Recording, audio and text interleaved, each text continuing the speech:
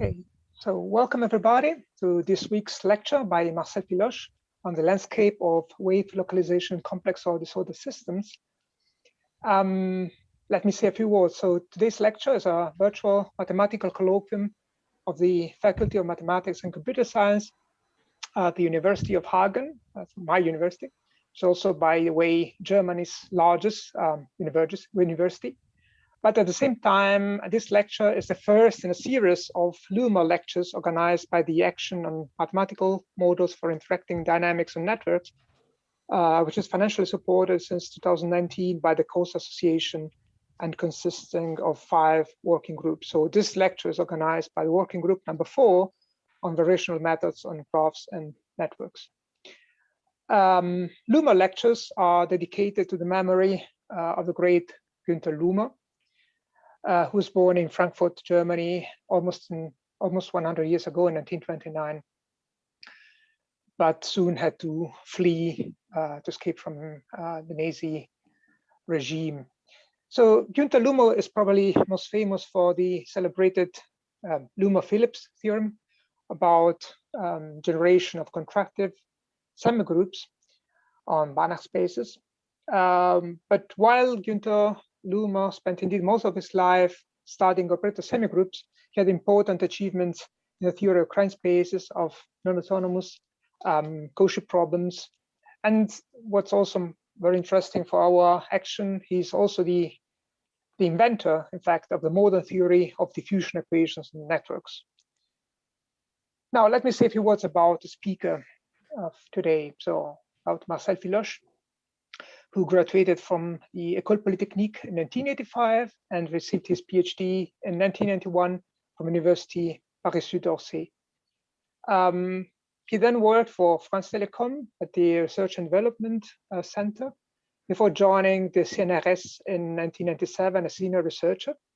Since 2008, he's a research director at the CNRS at the Condensed Matter Physics Lab at the École Polytechnique.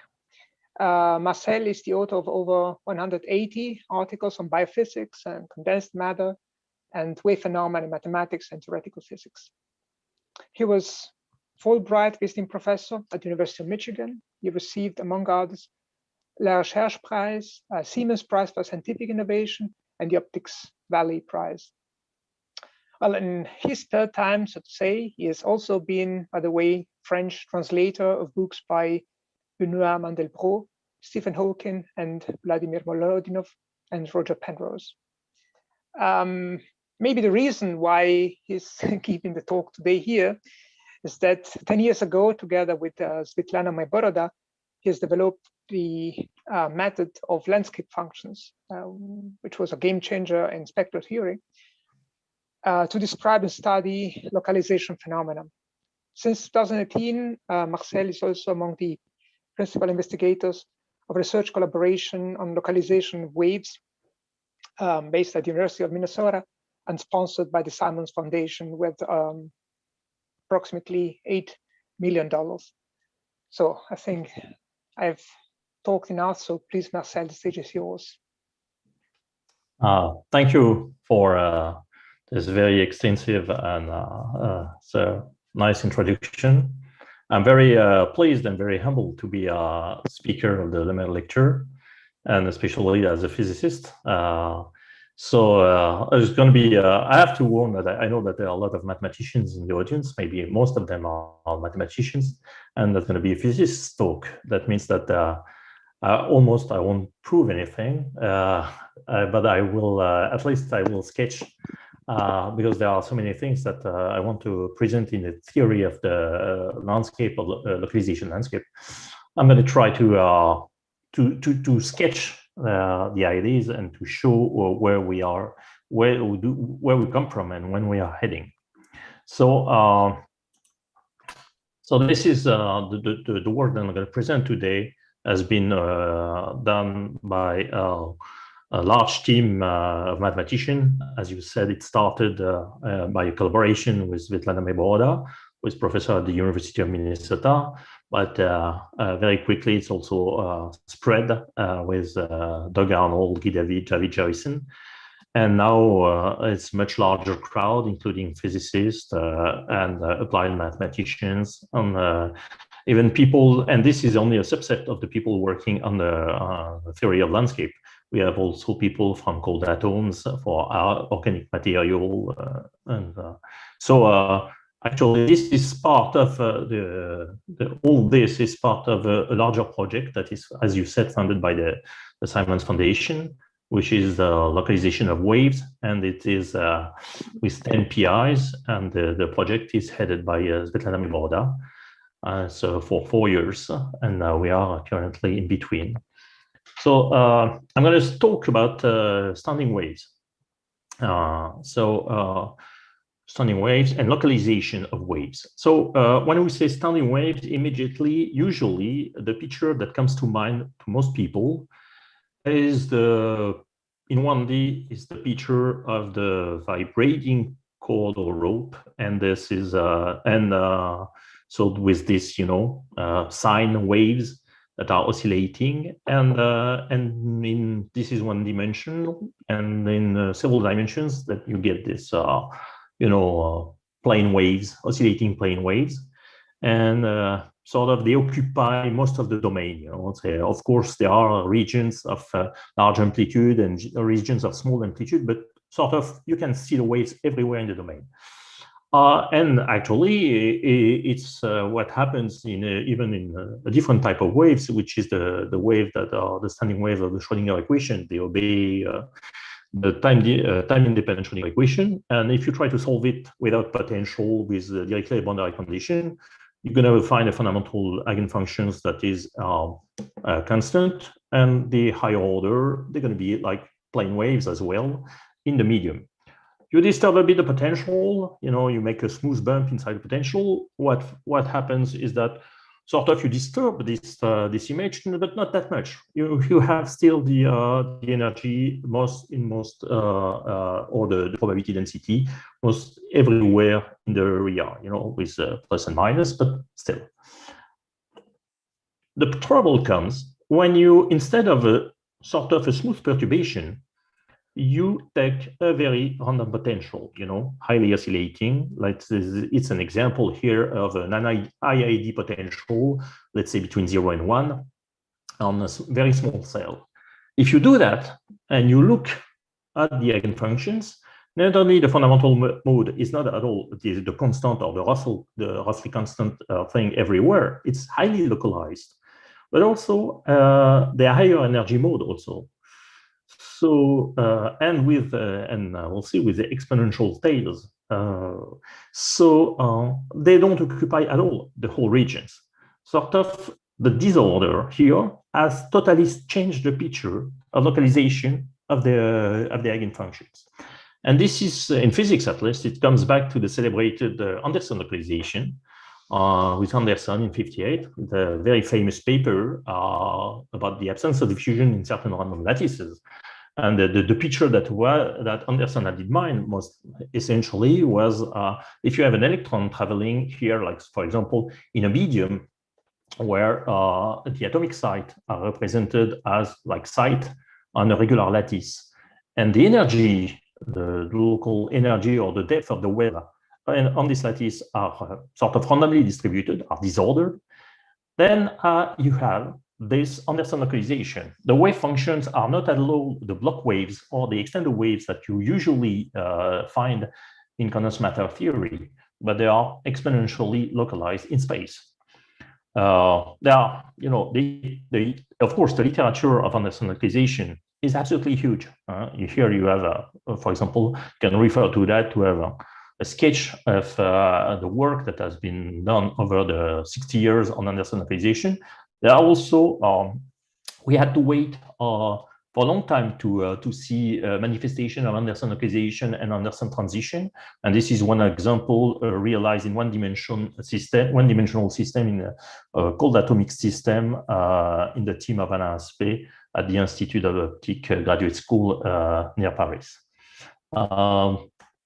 And for a long time, and almost for most of these 50 or 60 years, at least in theoretical physics and mathematics, the work on this Anderson localization has been based on sort of a view that okay, if you have, this is a wave-like explanation. When you have a wave propagating through a medium with a weak disorder, the wave is sort of diffusing, and if your disorder is extreme enough or intense enough, then sort of the wave is scattered in circles like this and remain trapped inside the medium. So you have this idea that sort of statistically the disorder comes here to trap the propagating waves. And the work that has been done in statistical physics with lots of results, you know, that knowing that now we think to know there are some proof results, that are some conjecture results, some results that are numerically seen but not proven.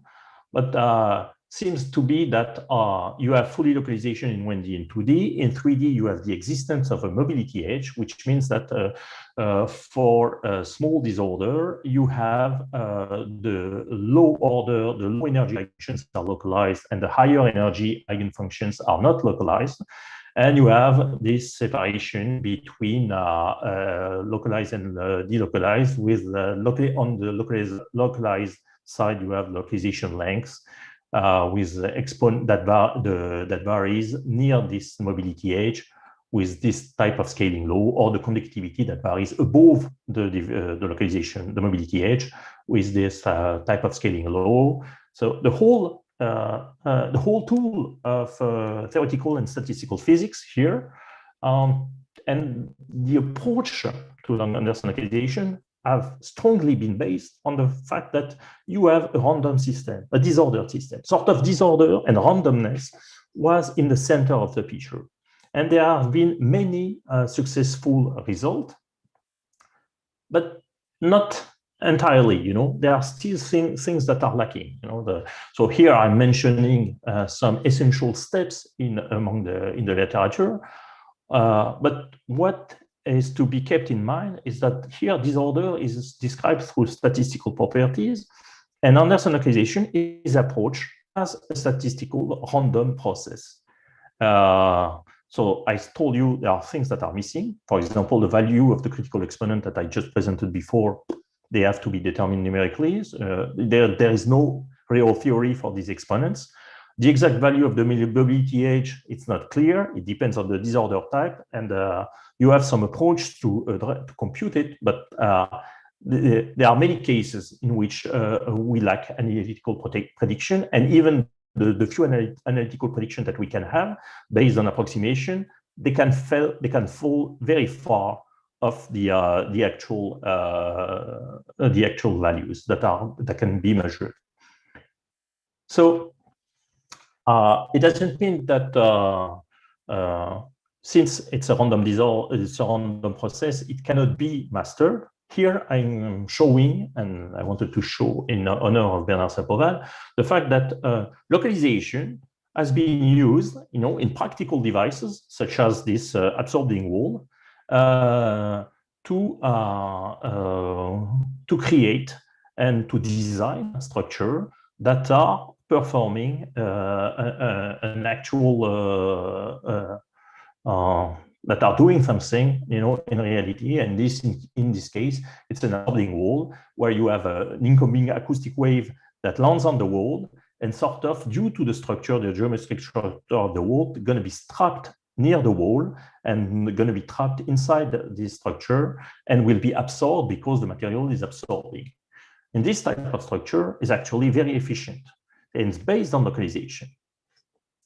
But the thing is that what is interesting in Anderson in localization, the phenomenon of localization, is that it turns out that disorder is neither necessary nor sufficient to localize. Sort of, it comes into the picture, but it's not a necessary or sufficient condition. And what we are going to present, and the localization theory, localization landscape theory, sorry, is a sort of perpendicular approach showing that in the mechanism of localization, there is a part that can be interpreted by a deterministic tool. Sort of there is a deterministic machinery at work, and randomness comes to enter this deterministic machinery and brings the randomness, and as a result has localization properties, but it's an additional component, sort of. So this is a perpendicular approach, a deterministic approach to localization. We're going to take the example of the Schrodinger equation. So we start from the Schrodinger equation, with the Hamiltonian, the time-dependent Schrodinger equation. And here, for the example, we have a random potential. We are in 2D, so we have a 20 by 20 domain. And on each time of this cell, so these 400 cells, the value of the potential is piecewise constant and determined at random with a uniform random law between 0 and a maximum value of the potential. And when we compute the first 5 eigenfunctions inside this potential, what we find is that we recover this exponential localization, and we have the first 5 eigenfunctions, which are exponentially localized in the structure. What I'm going to present is that we can understand most of what's happening here through a tool that is the localization landscape. The localization landscape is a function that solves an equation that is very simple, actually, where you take the same Schrodinger operator, the Hamiltonian, and you solve, instead of h psi equal e psi, you solve h equals 1. And as a result, you find a localization landscape, which is a positive function here, looks like a forest of bumps, a series of bumps. And I'm going to show you that if you look at the valley separating these bumps will define regions, and these regions are regions of localization of the eigenfunctions. And that in this function, you have a lot of information to be gathered about everything that is happening and for localizations. The first question is why h equals 1? Actually, why h equals 1 came first due to a very simple inequality that can be obtained, and maybe it's going to be the only entire proof that I'm going to present to you in this entire talk. It comes from the just writing this, inverting this through the green function. So writing the resolvent at energy 0 in a kernel form with a green function. So we solve this equation formally. And so pointwise, we have the absolute value of psi that is bounded. So E is positive, so it comes out. And this, we take the supremum of psi here, and now that comes out, and we get this function, U, that is defined like this, the integral of the absolute value of the green function at energy 0. So if we have psi, an eigenfunction with energy E, we have the pointwise inequality that psi of x divided by its L infinity norm is smaller than E times U. For every eigenfunctions, there is one function that bounds them all, multiplied by U. So sort of, it's very astounding, but it's very simple. Right? And when you have the maximum principle, which you have for a second order operator like the Hamiltonian, then the Green's function is always positive, and you can remove the absolute value, and you get this. And but this is simply the solution to h equals 1. Hence. So we take the localization landscape that we compute, the one that we have computed before, as solution to h equals 1. We look it from above. We look at the valley lines, the valley separating the bumps. The valley lines here are lines here where U is going to be sort of small. And this inequality tells us that if U is small, at least for small energy, then psi is small. So it means that this line forces the eigenfunctions to be small here. And if you look at these lines, these valley lines that are reproduced here, and you look at the first 5 eigenfunctions, you find indeed that they are surrounding these bumps of the eigenfunctions.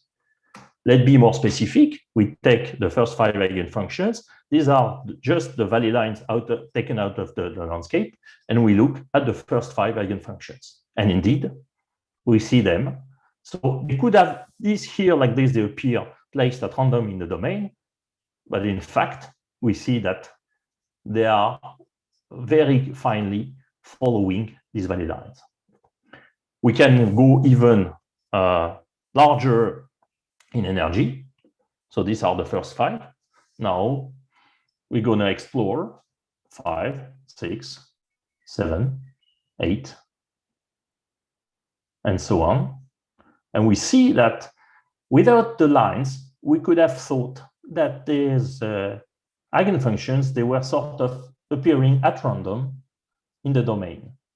What we find is that they are not at all at random. They are precisely following this pattern, this structure. And you might have noticed that some of the lines, they are disappearing here. This is because of this equation. This equation tells you that the pointwise, the value of psi, absolute value of psi divided by the infinity norm, which is a number that is smaller than 1, is smaller than this. Which means that when this is larger than 1, this inequality is immediately obviously fulfilled independently of the value of psi. So sort of E times U is no constraint on psi whenever EU is larger than 1. So we remove from these lines all the places where U is larger than 1 over E. And the places where U is larger than 1 over E, they are in increasing number when E increases, because it's easier and easier to fulfill this. And this is removing this line. What we see is that actually, okay, sorry, so I'm gonna continue here. So when these lines are progressively removed because E is increasing, then you start extending where the waves are. The standing waves are, they start invading, several regions at the same time, and they start progressively delocalizing. So you have this transition to delocalized regions. So I won't continue for long, but I think you got the idea. This is true. This is two-dimensional, but this has nothing to do with two-dimensional. This is absolutely true in 3 dimensions as well, in any dimensions. That's the beauty of it. There is no dependence on dimensions. In 3D, what you would form instead of lines is like a surface. So you would form a foam, a 3-dimensional foam, in which you can compute the eigenfunction and show that the localized eigenfunctions, actually, they sit very well in the small cells defined by this foam. But this is only the beginning, because actually, what's really we have learned throughout the years that this picture that we just saw, that the fact that this landscape is can help you predicting where the localized functions will appear, is in fact only a small part of the picture. The true story comes when you conjugate the landscape, conjugated the Hamiltonian by the landscape. So conjugating by multiplying by U on the right and multiplying by 1 over U on the left. If you do that, you transform the operator. So the new operator can be written like this. And in fact, V has disappeared from this operator. So it looks like a almost Schrodinger operator with sort of a U square here, looking almost like a metric, and the potential has disappeared and has been replaced by 1 over U. So if instead of psi, you look at the sort of reduced eigenfunctions, a change of variables, psi equals U phi, you see that phi follows this. And 1 over U here appears to be an effective potential. And this makes sense because, U was a series of bumps, and the valleys of U, they were sort of limiting the extension of the localized wave function. 1 over U will look as a series of basins instead of bumps, basins, and the valley now becomes crest lines, barriers. So it's really, you have basins of localization and barriers that are forbidding the waves to extend further. And in fact, it's exactly an effective potential, because you can prove exactly that this is for any, not only the eigenfunctions, but for any state, you have the value of the energy, the effective energy, which is classically the sum of the kinetic plus the potential energy, can be decomposed also in the reduced kinetic energy plus an effective potential energy. So this is always positive. So this proves that this is actually plays the role of a potential energy. And from that, you can see many properties being derived, many properties of the landscape. So first, let's try to understand what the landscape means. What is the landscape? We see it's a series of bumps, and sort of each bump looks like identifying a localization region. We can decompose the landscape on the eigenfunctions of the Hamiltonian. So just this linear decomposition. If we do that, we can compute the coefficient of this decomposition simply by using the Hermitian character, the self-adjoint character of the Hamiltonian. And where we have U, the inner product with U and phi I, by just doing this small algebra, that is being the inner product of 1 with phi I divided by EI. So this gives the coefficient of the decomposition. And here comes the thing that is interesting in this decomposition. Phi I are the eigenfunctions of the Hamiltonian. So phi I can be either a localized state far from X. So we look at the landscape at point X, and we ask ourselves, what does matter in this linear decomposition? If phi is a localized state far from X, then phi of X is small, doesn't contribute. If phi is a localized state near X, but it's not the local fundamental, which I would call, the bump, but some excited state, which is oscillating, which has plus and minus part, then this scalar product will be small. And plus the energy will be larger than the one of the local fundamental. So this means that this coefficient will be small. And if phi I is delocalized, then this is very small, because phi I is going to be also oscillating, one minus, plus minus, plus minus, plus minus. So this is very small, and EI is very large. Of course, this is all unwavering explanation, but it gives you the essential picture. So what is left in this sum? Remarkably, almost only one thing. You have to have a localized state near X, which is the local fundamental. That's the main contribution. And so you can understand this picture of the landscape as the sum of weighted local fundamentals, what I call the tribe of fundamentals here. So each of these bumps tells you here there is a local fundamental, the local isolated state. And with this, you can see that U predicts the local fundamental energy and the local fundamental state inside each localization region. So first we start from that. You look, this is a 1D example where we have the landscape in green for some random potential. Here are the computed first 5 eigenfunctions. What you see is that each eigenfunctions nicely sits inside one of the bump of the landscape. So roughly speaking, locally, the local fundamental in each of these localization regions is going to look like the local landscape normalized.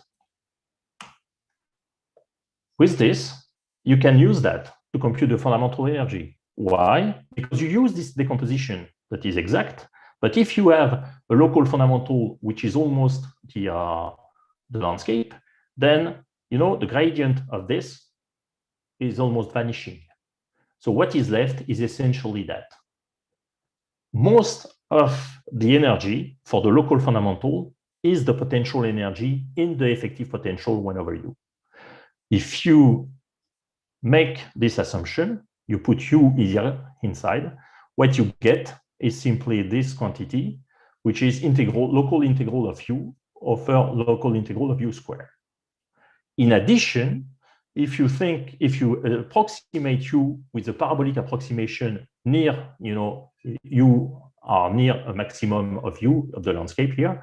If you say u is near a maximum and you make a parabolic approximation next to the maximum, what is amazing is that now it depends not anymore on the value of u in the entire domain, but simply of the value of u at its maximum, or the minimum of 1 over u, the minimum of the potential.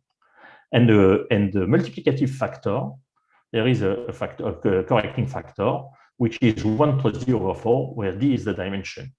It's amazingly simple. You would think simplistic.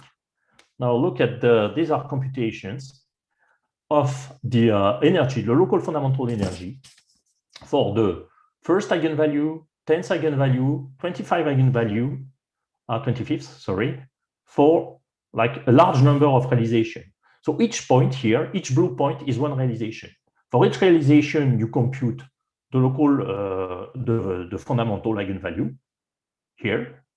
And here you compute the minimum of the effective potential in the corresponding subregion, multiplied by 1.25. And you see that, from one realization to another, the value of the fundamental energy can vary a lot. But the value of W mean follows as well, the same. And this is true for the 10th or for the 15th. This is one-dimensional, so you have 1.25. Now, two-dimensional, you have 1.5. Actually, these are computations that have been carried out for a larger sample for many types of potential. This is a binary potential, zeros and one, on an 80 by 80 chessboard in 2D, or uniform random law, or correlated law. And these are the first 100 eigenvalue, the first 100 minima of the effective potential. And these are the ratios. Very close to 1.5 all in 2 dimensions. And even for something that is more complicated, like a correlated potential, this is the picture of the effective potential. This is the ratio. These are the energy and the minima of W. This is the ratio of both. For the first 150 eigenvalues, it's very close to 1.5. So the effective potential brings information on where the eigenfunctions sit and which is their energy by simply looking at the value of the maximum of the landscape or the minimum of the effective potential. Let's take a very simple example, the 1D infinite quantum wave. So of width A. Here it's very the wave functions, they are well known. The energy also. The fundamental energy is pi square over a square. What is the landscape equation? There is no potential. So the landscape equation is the 1D Schrodinger equation, which is simply minus second derivative of u equals 1. So u is a parabola. Actually, it's an actual parabola. And W has this form. It's a potential that has a minimum in the center of the well and that diverges on the side of the well. Now let's compute the approximation of the fundamental energy with this. So we integrate on the well u divided by the integral of u squared. This computation gives 10 over a squared to be compared with pi squared over a squared. And if you look at the minimum of W, the minimum is achieved at the center, x equal a divided by 2. So it's 8 over a squared, and 10 over a squared is exactly 1.25, 8 over a squared. In this case, it's exact because we have exactly a parabola. What's interesting is to look at the energy distribution. Initially, here, the energy for this type of waves, the potential is 0. So this is 0, and all the energy is in the kinetic energy. Now, if we look what is the fraction of the energy in that and in this term, we see that the fraction of the energy that is in this term is 96.2% of the total energy. So we have changed a situation where it was 100-0 to situations where it's almost the opposite. Essentially, the energy of the fundamental eigenfunction of this system can be understood as the classical energy of an object sitting in this effective potential.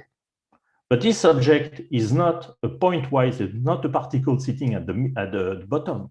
It's an extended object whose distribution is psi square. So you have if you had a distribution of mass psi square sitting at rest on this potential, its energy would be the quantum energy of the fundamental eigenfunction. Which means that we are, through this landscape, it reinterprets the quantum energy, at least for the fundamental, as a classical object.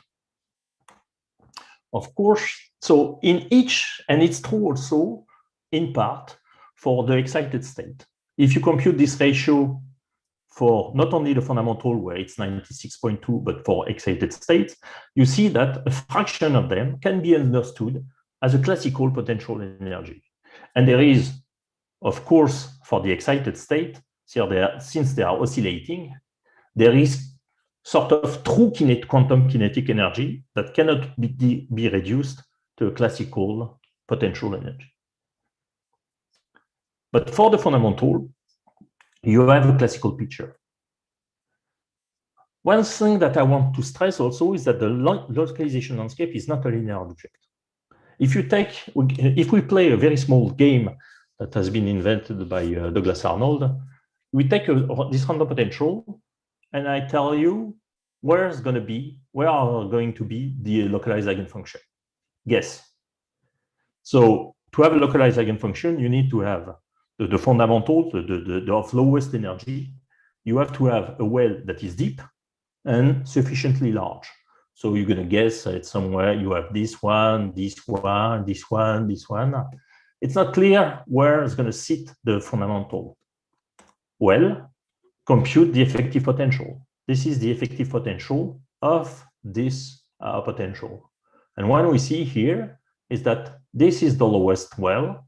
So this seems to be the second. This is the third. Now compute in this potential without this, the actual eigenfunctions. What you see is that they sit exactly in the prediction, they are here, in the prediction of the wells of the effective potential. Now that you have understood the game, let's start again. This is another potential. And you're going to tell me, no, it's the same. No, it's not the same. Here is a 4, here is a 256, multiplied by 64. Now guess where they are. Now it's a problem because your intuition would be about the same for this and that. But the effective potential gives you a totally different picture. It's here. And the wells are not at all in the same place. And yet, the prediction, they predict exactly in the right order where the localized eigenfunctions sit. So it's not a linear transformation, It looks like a linear equation, H equals 1.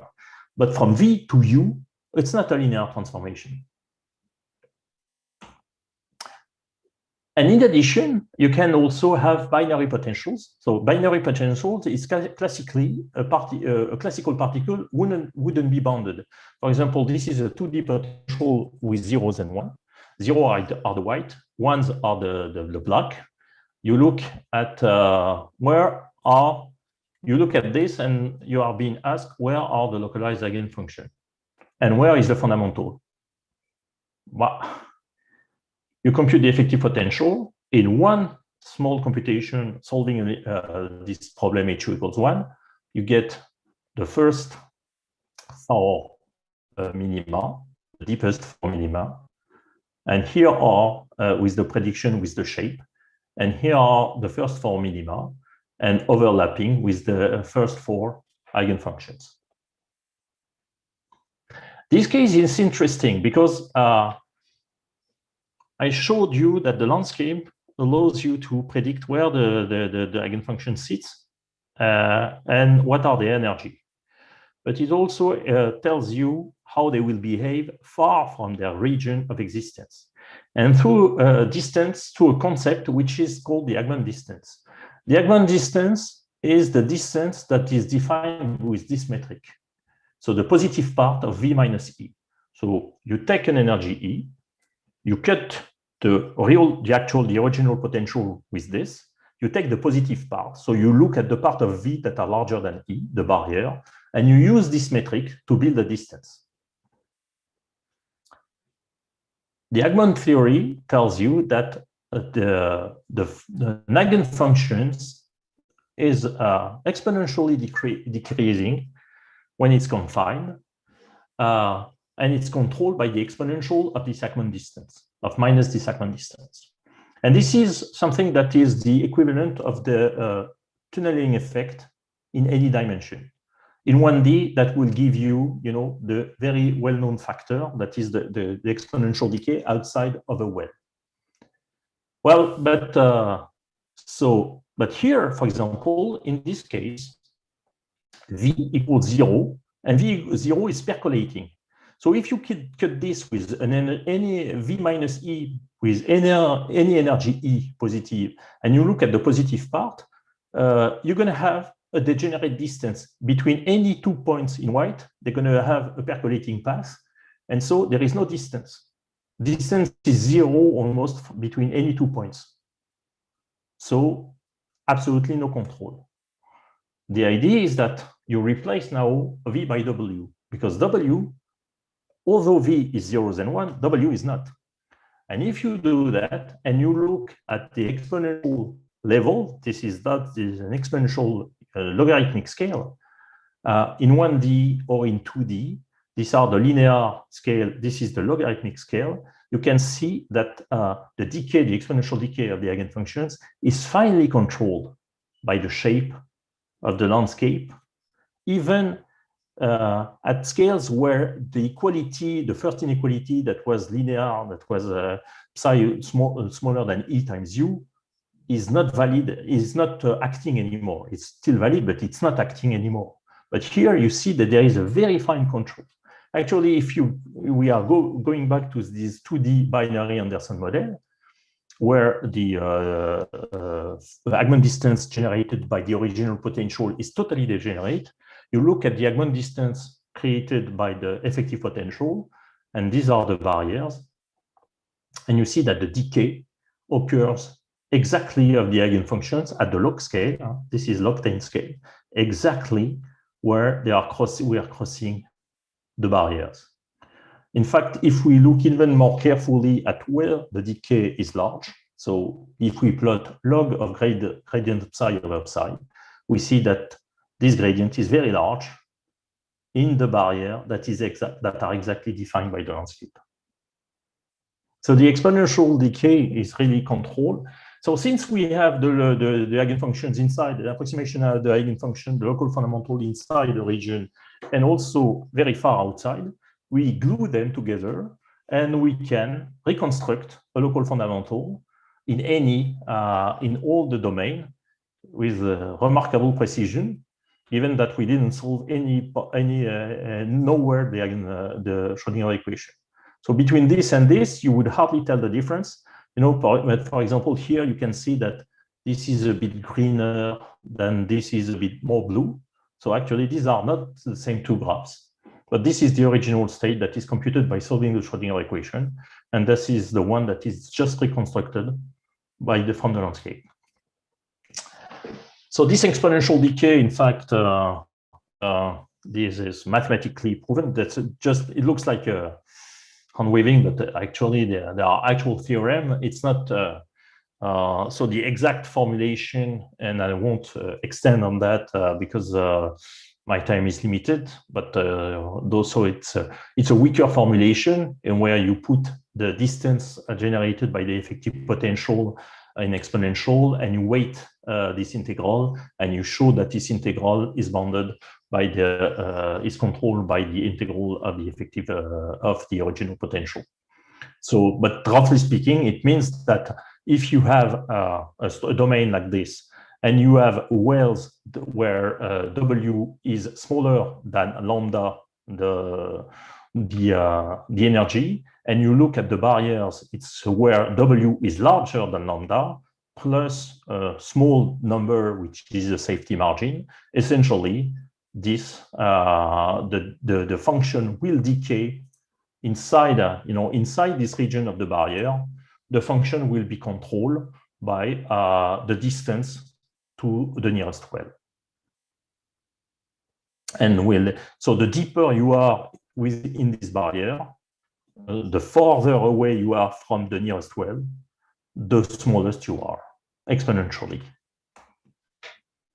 And this leads to a possible almost decomposition of the operator, almost diagonalization of the operator among these localized eigenfunctions in the wells, with an exponentially weakly coupling between these wells.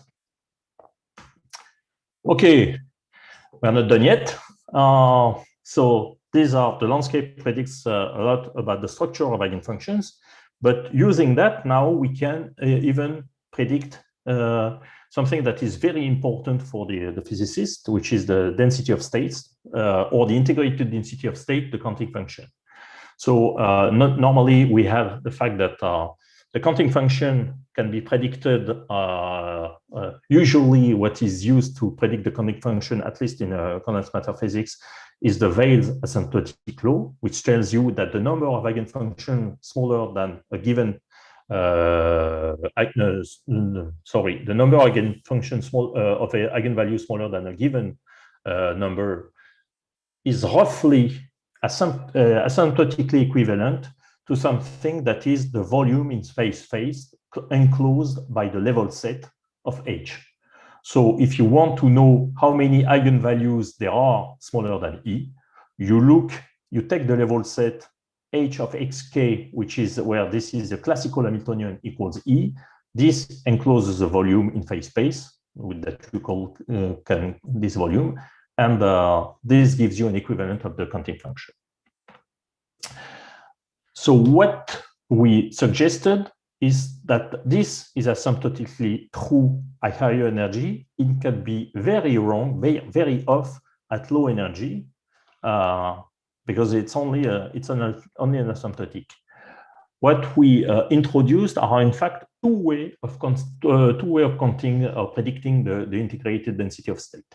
The first way of predicting the integrated density of state, I call it the W-based law, based on the effective potential. It consists of simply replacing V in here by W, by the effective potential. If you do that, because okay, I won't explain why. I can answer to that in the questions, why it makes sense to do that. Anyway, when you do that, these are computation of the counting functions for a disordered system in 1D or 2D, for uniform random law, Boolean binary random law, correlated, or even periodic system, periodic series of 1 and 0s. Here are in green. It's the asymptotic. It's the Weil law, the original Weil law. So asymptotically, it's equivalent to the actual counting function, which is in black here. So it's these jagged lines in black. And in red, you have what is obtained by replacing V par W. And you see that everything that is absolutely off in the low energy regime, now it's almost being followed exactly when you replace V by W. And there is a second, but for this, currently, we have no theorem explaining why this should work. And in fact, we have some counterexample in some cases that I won't detail.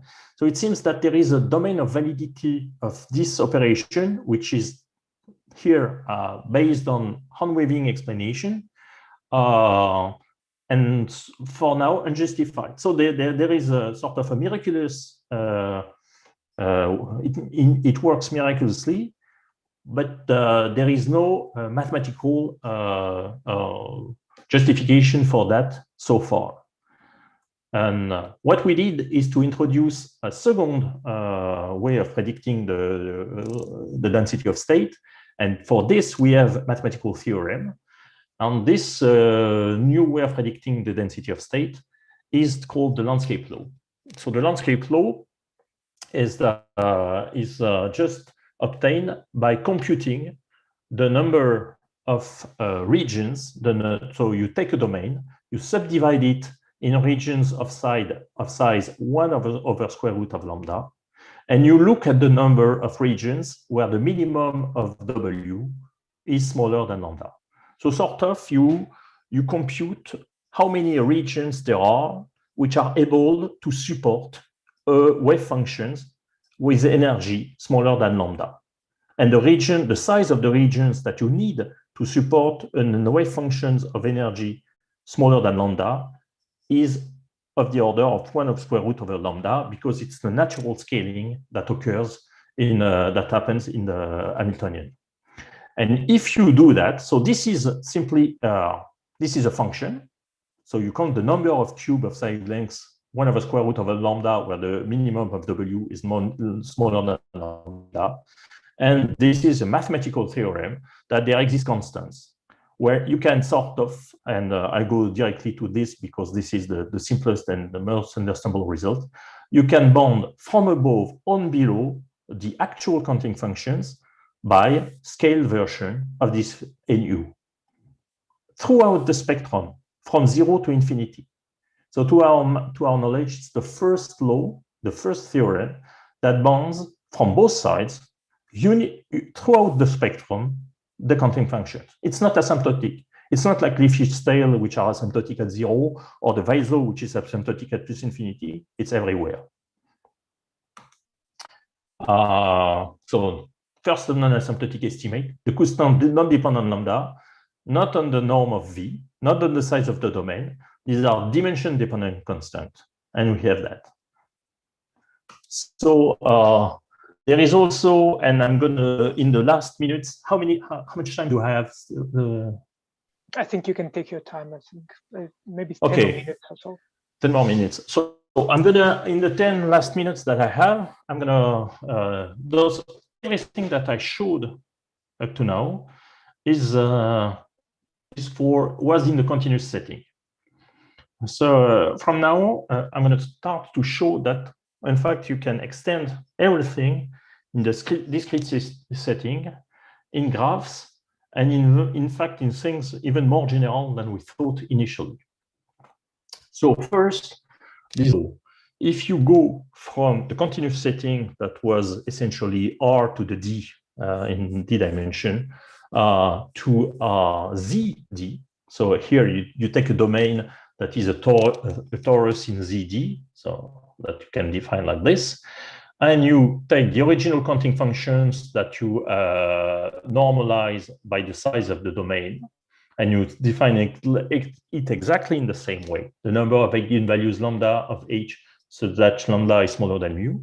And you define the landscape's counting function exactly in the same spirit.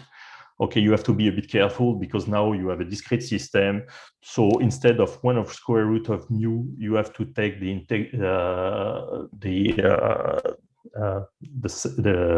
it's not the integer part, but integer part plus 1. And you have to count to be sure that you make a partition. So you have some kind of play with the size of the domain and the value of this number, but still essentially the spirit is that you divide this domain in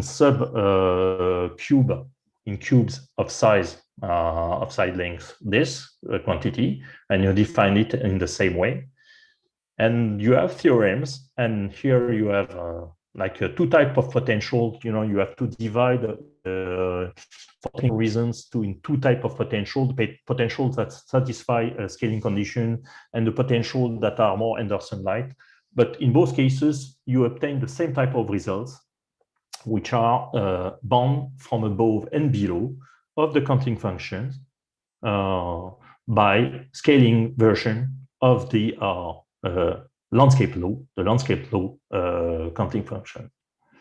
So this is, so one could ask how accurate is this? These are numerical simulations for 1D time-binding Hamiltonian on 100,000 sites with a random potential with uniform law between in 0, 1. And here, so this is in log-log scale. So in log-log scale, this type of inequality means actually that you can build some stuff. You can this multiplying by a constant here or multiplying by a constant there means that essentially you are shifting horizontally or vertically. You are translating horizontally or vertically in log-log scale. So you plot in log-log scale. Here is the actual counting function, and here is the landscape law. And the theorem tells you that you can bound this object between two translated versions of this one, so above and below. And in fact, that is true. Here are in dotted lines the two lines that are bounding this. But it's even better. It's even better than what the theorem says, but still to this day, it's not proven. There is almost, it seems that you almost can approximate to a very good precision this by a scale version of NU. You almost don't see the difference. So this is it's time to me to introduce this quote that I like by Carlo Benacher, a very famous theoretical physicist from the University of Leiden. And so this is the commentary of the landscape. You have one object, it seems to give a huge number of information, a huge amount of information on everything there is to know about localization in your system. So this is a quote. To appreciate how astonishing this is, imagine someone telling you of a new method to find the eigenvalues of a large random matrix. I invert the matrix, sum the rows to obtain a column vector, and then search for local minima in its reciprocal elements. This sounds like a crazy method, but figure 2 shows it works for localized eigenstates. So basically, yes, there is a wonder here that this one single computation gives you so many information.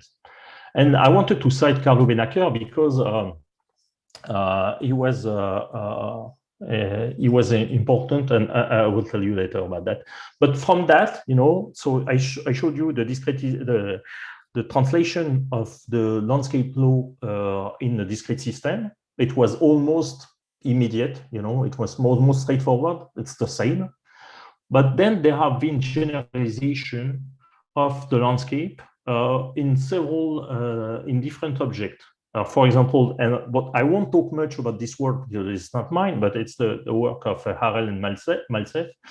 And they have generalized this to a quantum graph where you define a discrete version of the Laplacian on the quantum graph.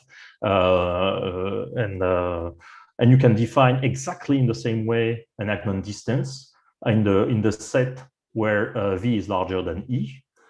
And there is the main theorem, so to speak, is to show that the absolute value of an eigenfunctions is bounded by exponential of minus the distance to the nearest well. And here is so S sort of is a well, L is a small margin, a safety margin, and this you have the exponential of the Agmon distance of any point to the nearest well. So this is the spirit. I'm not going to enter the details, but this is a work from Harel and Malcev, and but a work from Carlo Benacher that I just cited inspired us. And this work is a recently published paper in which he defined the localization landscape for Dirac fermions. It's not what I'm going to talk about. But in this paper, he used something that is an to define a landscape for an operator that is not definite positive to start with. He used a transformation, which is the comparison matrix, the Ostrovsky's comparison matrix. So the comparison matrix, when you start from a matrix, is defined like this. So you take on the diagonal, you take only the absolute value of the diagonal. And if you are off diagonal, you take minus value of the diagonal. And what you can show is that if the comparison matrix is positive definite, then you have this inequality that is taken element by element of the matrix. So this is, and this helps the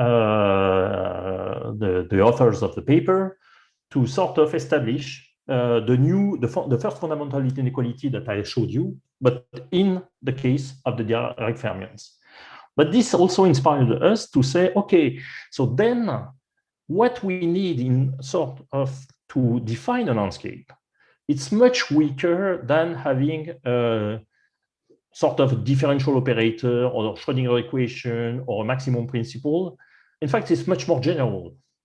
It's so general that we tried to define a landscape in random M matrices. So what's an M matrix? An M matrix is something that is very similar to what I just showed. It's an M matrix is a matrix where off-diagonal elements are non-positive and real parts of all eigenvalues are non-negative. So sort of you have the real part of the spectrum is positive, is a positive plane. An example of such matrices, for example, if you take in ZD minus the Laplacian, if you imagine that you index all the sites by integer from 1 to n, from to infinity, then that would be a matrix where the diagonal element would be 2D and the diagonal element would be -1 if I and j are indices of nearest neighbors. An M matrix, you find it also in any Markovian evolution of a probability distribution. Here you have a discrete time k. So you go from time k to time k plus 1 by an evolution where the probability or distribution on sites is transferred by transition rate, the Iaj, which do not need to be symmetrical. And you have here, you build like this, you can have an M matrix in this type of evolution. And in statistical physics, a very particular case of that is known when you go from k to a continuous time. So you go k, now it's t, and k plus 1 is t plus dt. And the Aij are symmetrical because you have micro-reversibility of the evolution. And this is the master equation of statistical physics. And it gives you a first-order differential equation where you have dp over dt equals minus the M matrix times p. So starting from an M matrix, we sort of followed the exact same scheme, defining an effective potential. You start, so here you can start with u, which is any, in fact, positive vector, but sort of philosophically speaking, you have to imagine that AU equals 1.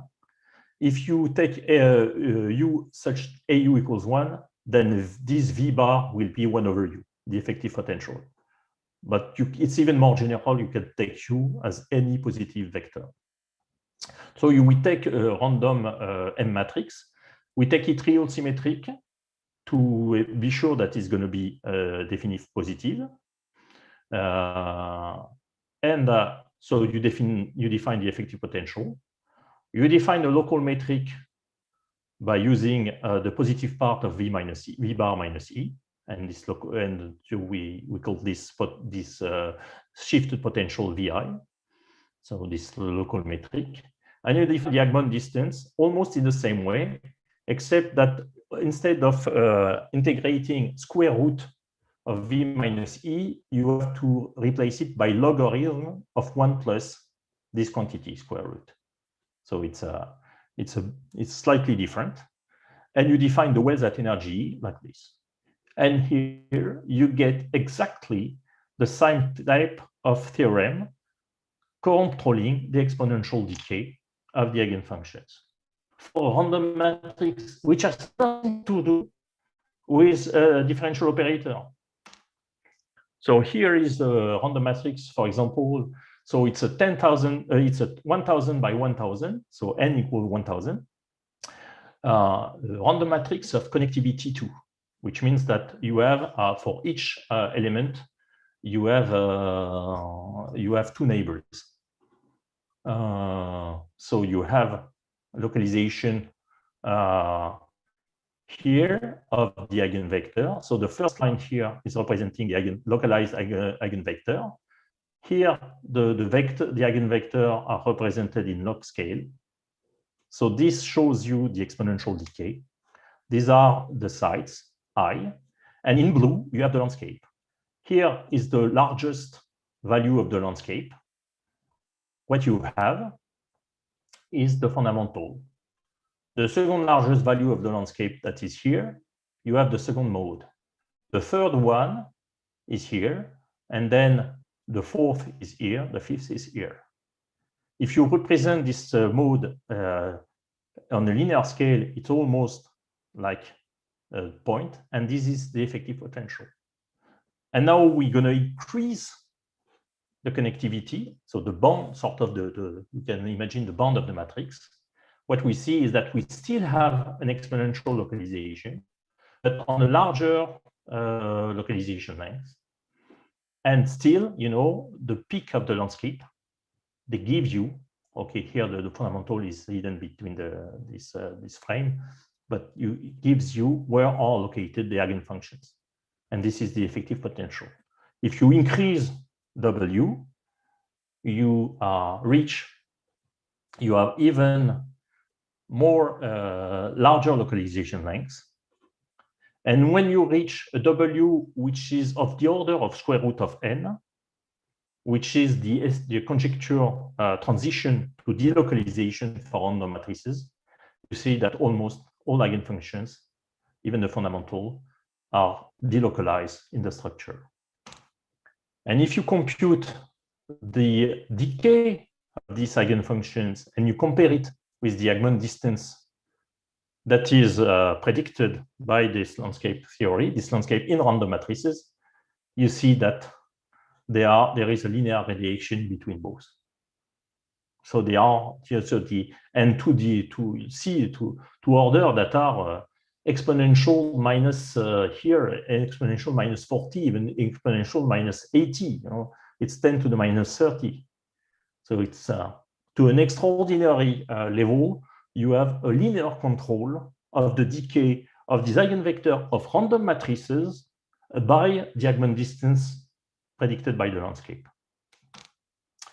And you can almost also have this almost diagonalization when you separate the domain into small regions.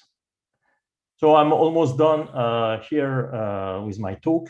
I'm going to show you just two very quick examples. First is localization of the applications, so of localization of phonons on the backbone of an enzyme, where you have you compute an enzyme and you look at the phonons, which are the vibrations of the backbone. You look where the localization landscape is high, and it turns out that the large value of the localization landscape, they almost exactly match what are known as the active sites of the enzyme. Sort of the catalytic site are regions of high vibrations, of high localized vibrations of the molecule. And if you compute the sort of the correlation between where are the active sites and where are the peaks of the localization landscape, they almost match. You know, say the relative distance between both, it's almost negligible compared to the size of the entire backbone. You know, it's almost always at the same place or one step away. And the other thing that I'm going to show you, another example when the localization landscape has been applied, is disordered semiconductor. And I will skip it very quickly, but in disordered semiconductor, the alloy is intrinsically disordered at the atomic scale here. So you have sort of a potential that is disordered and that is spatially fluctuating. And So normally one would have to solve the Schrodinger equation in order to compute the actual electronic state in this type of structure. And this is hugely time consuming because you have to loop between the computation of the electrostatic potential and the Schrodinger equation in order to solve this. With the landscape, we skip this part. Instead of solving all the state, all the Schrodinger equation, all the eigenvalues, we compute one landscape and we have this self-consistent loop. And with this, we're able to compute quantum effect in large-scale device and with an acceleration factor with almost 500 to 1,000. Here are the numbers of the computation with solving classically without quantum effect in the semiconductor for a typical computation time for a structure. This is when you use Schrodinger, so you almost multiply by 1,000 because you have this loop, which is hugely time-consuming. When you instead use the landscape, you are back to computation time that are 2 or 3 orders of magnitude lower. Okay, so here are the conclusions. They are pretty straightforward. This is an object which is amazingly simple in principle, but which brings information spatial and spectral at the same time. And in fact, we have development that I didn't speak at all about to understand the whole structure in phase space. And then it seems that there is to be, we are unveiling a huge structure of this landscape in the phase space. But for the moment, one overview can be understood as anything potential. And it's formalism that has been applied in continuous, but also in discrete system, in quantum graphs, and even in random matrices. And that brings an acceleration factor in actual computations. Thank you very much for your attention. Thank you very much, Marcel, for this beautiful talk.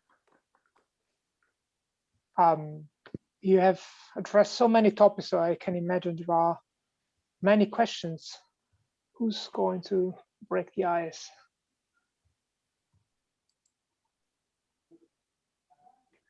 Pavel, there's a question. Okay, so sorry, I have the following question. You use this landscape function, which is the green function applied to function which is one identically, yes? Yes. But if you have operator, for example, with Dirichlet conditions, like in the in this quantum well, it is more natural to apply it to the ground state of the system. And so, and my second question somehow, whether you were thinking applying to higher energy states. Okay, the one I'm not sure if you use the so sort of you're going to put if you use something like the ground state in the right hand side. That's what you say. You see, the function one. This is the eigen function. If you have Neumann conditions at the end on the boundary. So this yes, is the, but the we are. It's not actually. It's a.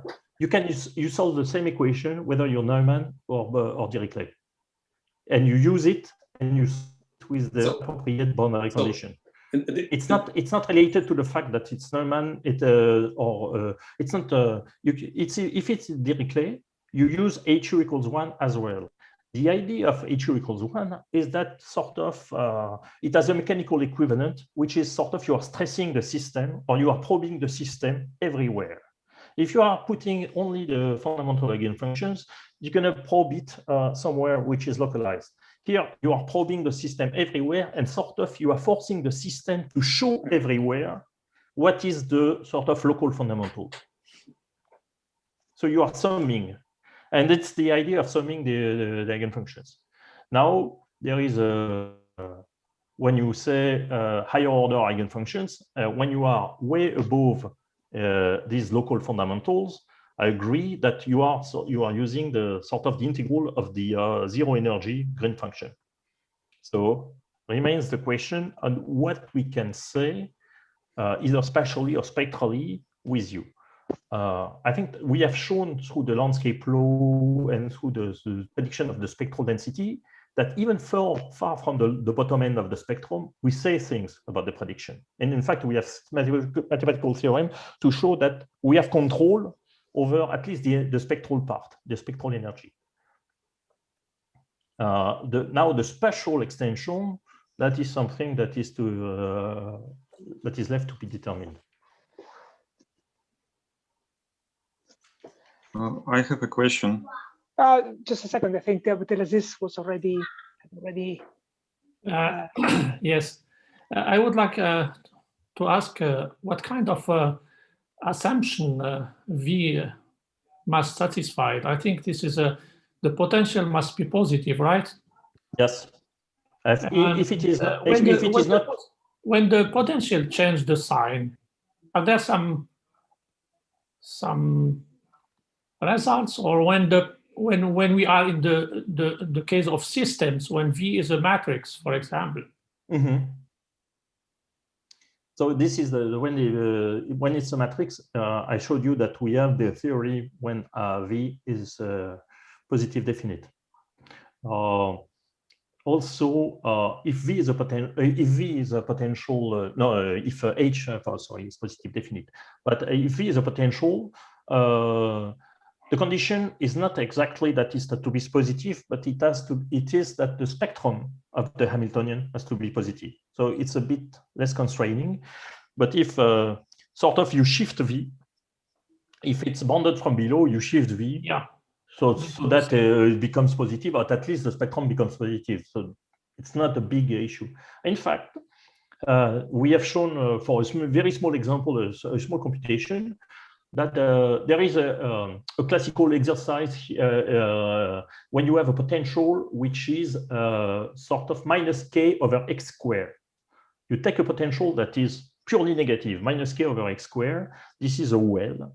And this well, if you have one eigen, it has this property that, you know, if you have 1 over x squared as a potential, it has the same scaling than the Laplacian.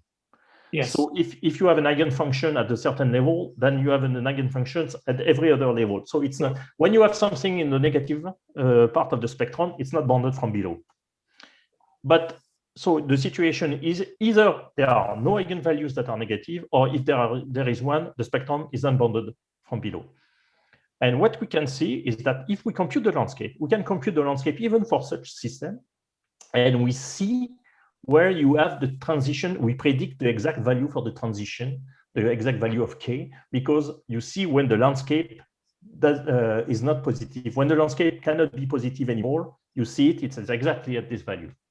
So even for a system where you cannot say anything, about the states, where in the case where the spectrum is not bounded from below, but you see the transition.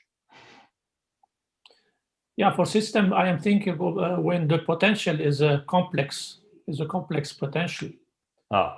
Then you can make a transformation. Then you have a system 2 by 2, where your potential is exactly a real valued matrix. That sort of it's what Benacker did, and I didn't show. I didn't show this.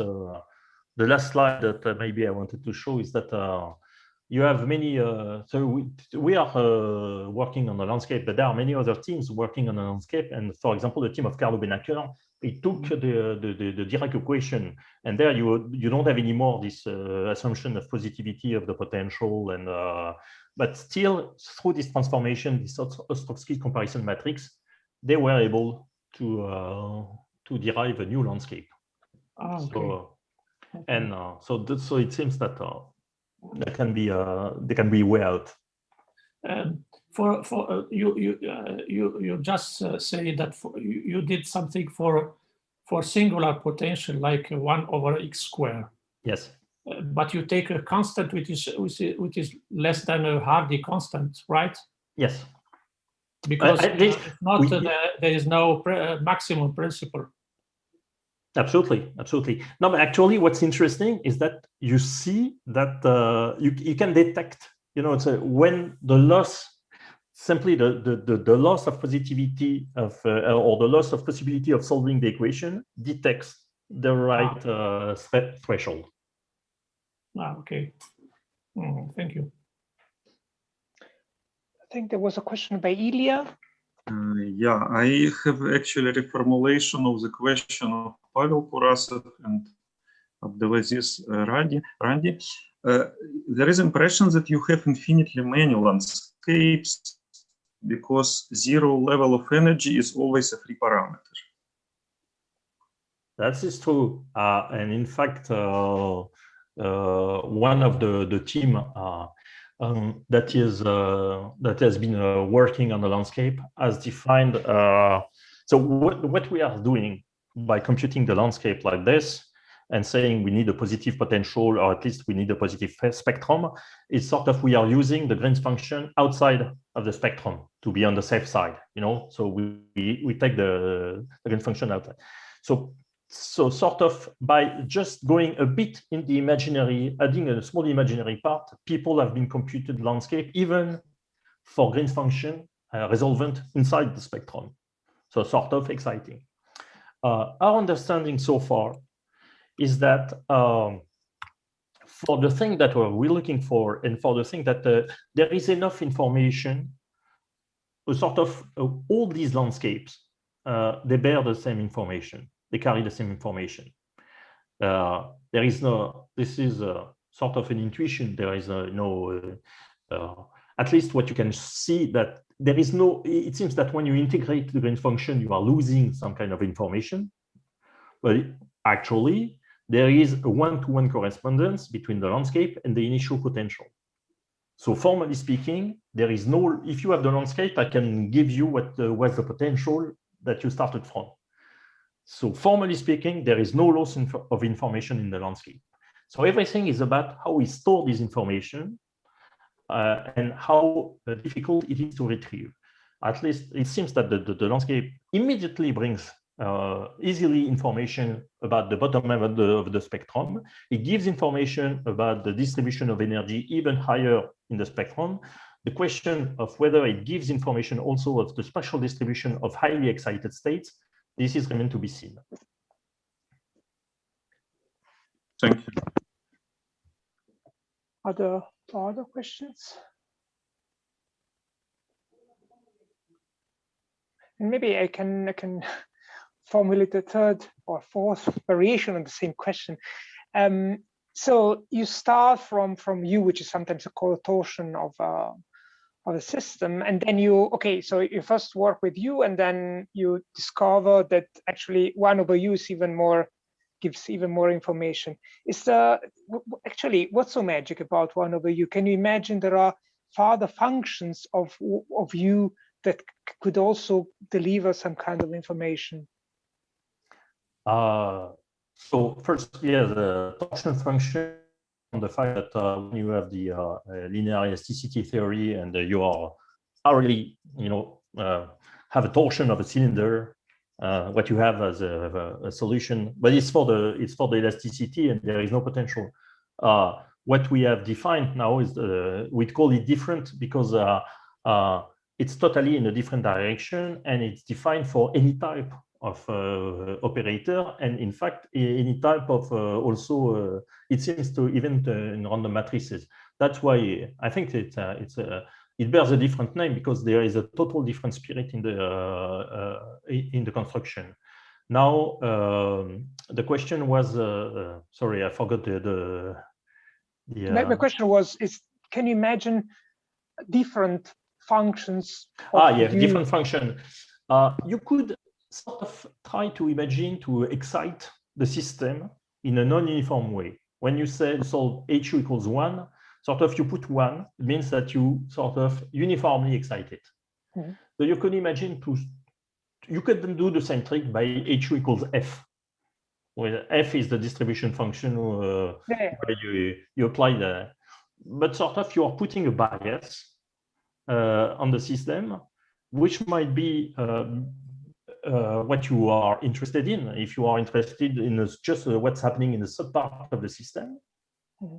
spatially, the one has a natural potential. This natural potential that emerges in this quantum identity, where you have the reduced the effective energy. So the 1 over u as the 1 over u as the unit of 1 over h. So 1 over u as the unit of h is really a potential. It's really a potential. Okay, but in the spirit, but that would be with a loss of generality. You could imagine doing the same trick with a more specialized distribution function. I think so. My question was the following. So I think I'm happy with taking 1 as the right term in this this equation. So if you define u in the same way, but the question is, what if instead of taking 1 over u, could take, I don't know, some power of u or some trigonometric function of u? Can you? I mean, this would lead, I guess, toward another, but of course different effective potential. And would you see different effects with this different effective potential? If it were a function of u, I have to be honest, I never thought about that, and I don't have an immediate answer. I would be afraid to say things that are wrong or silly. So I will reserve my answer for the matter. But I think it's something that we didn't really. There is a sort of a beauty in 1. It's a simplicity. Yes. It might happen that we will need something like this for. We are interested, for example, in nonlinear Schrodinger equation, like the Gross-Pitayevsky equation.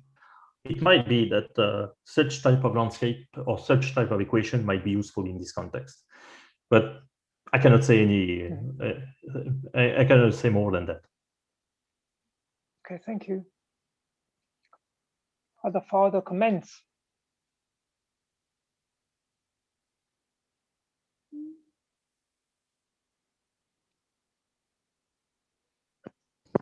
Okay. Yes, I have a yes, question. Please. Mohammed. I was working in something similar, but based on plasma semiconductors, and I was interested in those localization of energy. But usually they are function of time. So we were detecting rogue wave, for example, by using nonlinear Schrodinger equation, as you have mentioned. So, but I couldn't understand here, where is the time here? So I saw that from the beginning you were using a time-independent Schrodinger equation. So I couldn't get this point. Okay, first, since we have a linear system in the Schrodinger equation to start with, you have full knowledge about your time evolution by having the knowledge, the spectral knowledge of the system. So sort of it's equivalent. In the case where you have nonlinear system, then I agree that it's not equivalent. So that's why we are working right now on the Gross-Pitayevsky equation, actually. And we are seeing things that we can predict as much as they were work predicting by linear tools the behavior of nonlinear object. Sort of we are seeing that the landscape also, we can define the landscape in certain way that's going to predict the time-dependent evolution of nonlinear system. But right now it's preliminary. But for us, until up to now, for this talk, we were in the linear realm for the equation, the wave operator, and so we are safe. Model equals time dependent. Okay. Actually, I thought that since we are talking about localization of energy, so it will be time dependent all the time. Time dependent, yes, all the time. But here, it was like, as you mentioned, it's you are safe in your choices from the beginning. Thank you. I see there are two questions. Before giving the word to Ivica, I want to mention there are some people also watching this talk on YouTube.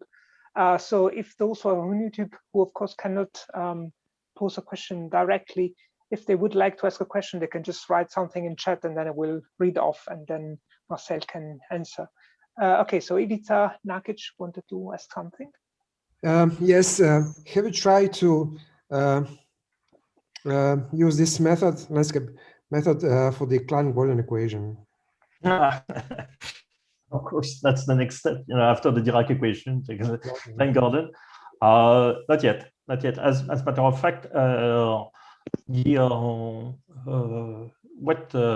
that would be the Klein-Gordon equation plus noise plus or random is either a quench or a time-dependent disorder. So right now we are starting working on the Schrodinger equation with time-dependent disorder with noise, and sort of trying to address dynamic localization with the same type of tool. When we have that, yeah, there are so many different directions that you can take that sort of we are happy that other teams take over in some directions because we cannot follow everything. So this specific line, no, we are not working on it. I am a condensed matter physicist, and most of the people, the physicists that we are working with, are working in the condensed matter physics field. So so we are sticking to the classical Schrodinger equation. But normally, so we have done mechanical vibrations, like vibrating plate, and so has done the team of Patrick Seba in Bar-Ilan University. We have done quantum system. We have done phononic system with the vibration of enzymes. Klein-Gordon equation is also an energy-based wave equation. Should work as well. There is no reason. Okay, thank you. Matthias? Yeah, thanks for your talk. Yeah, I also have one question, which is a bit more related to the Anderson localization business again.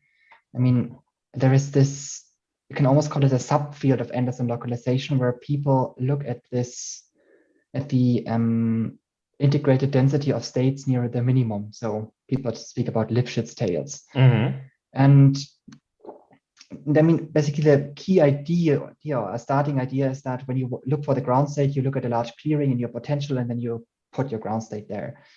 Mm-hmm. And it feels very much that this localization function business is a refinement of this method. So my question is, are there rigorous results which have produced Lipschitz tail statements using the localization, the landscape function approach? Or Absolutely. Everything that I told you about the landscape law, and it's an archive, we have a prediction on the Lipschitz tail, but the Lipschitz tail not only for IID Anderson or IID Bernoulli. No, so we have a prediction, exact prediction. Usually the type of prediction that you have in Lipschitz tail is that the log of the counting function divided by the log of the energy tends to like minus d/2, or so we have predictions where we have removed one log. We have predictions that are depending directly on the and proof depending directly on the function. But these results are not only valid for IID disorder, but for correlated for any type, actually, and even because this bounding that is from above and below by the landscape law, actually it shows the scaling. So the bounding is so tight from above and below that in the Lipschitz tail it gives you the exact at the log scale the exact behavior of the tail. So yes, there are results, and moreover we are extending the tails to infinity. Sort of the same result that is holding at e equals 0 goes towards to e equals infinity. So the same function. Thank you. So I can send you the preprint if you want, or you can. I think you can find most of them on archive. Okay, I mean, it would be great if you. Or either okay, send me an email. I will be happy to send you the. I will. Thanks. I still see a raised hand by Ivica. I don't know if it is a new question or the old one. No, it was the other. Wow. Okay. Maybe before asking for further questions, I want to ask you, so so at a certain point you were mentioning tori. Is there something, so it's everything, does it just carry over seamlessly to the manifold case, or do you need some uniformity in uniform boundedness in geometry of manifolds? No, that actually the exponential decay, the Agmon Distance business that I've shown on this paper in Communication PDE, it's working, and it starts from working on a manifold. Sort of and sort of we don't have boundaries to worry about, but it naturally works on a manifold. So there is no yes. Sorry. And then if you go over to different kind of operators that miss so the maximum principle, as this was also mentioned before. Okay, so when you don't have the maximum principle, sort of you still can have, you can define a landscape by just integrating the you have many solutions. So the first solution historically that has been taken is to work, for example, on bilaplation. And we started by vibrating plates. So the fact is that you can solve, there is no maximum principle for the bilaplation, of course. But when you solve bi Laplace of u equals 1 for plates, you're going to have, for example, if you solve this on a square, you're going to have the regions of negativity of u. There will be like very tiny oscillations, almost invisible in the corner of the square. But essentially, if you solve it, you get a function, a positive function, and this positive function we have shown, not shown, but we have made experiment. It's very close to actually the integral of the absolute value of the Green's function. There are almost no difference, no visible difference, for an experimental results between removing or not the absolute value. So if you solve by Laplace of u equals 1, then you get a function that predicts also the localization, and that was already in the first paper. That's the solution one. I would say you ignore, you remove the absolute bar, and that's it. The more mathematically more sound even is trying to use the type of method that I've been presented, that have been introduced by the team of Benaker, saying using a comparison matrix, trying to transform something that has not the positive definite or the maximum principle somewhere into something that has the maximum principle. This is another possible way of doing. And if you go for something even crazier, like a third derivative, something which is really has very little chances to have even everything closer to or close at all to a maximum principle. So you just play the same game, but without knowing at all what will come out. Okay, I have never tried, to be honest. That's also a problem that we are addressing in more generality, because we are trying to play with the defining a landscape in random matrices in general. We don't. I don't have the answer for now, so I cannot say. Okay, thank you. So, is there a last round of questions or comments?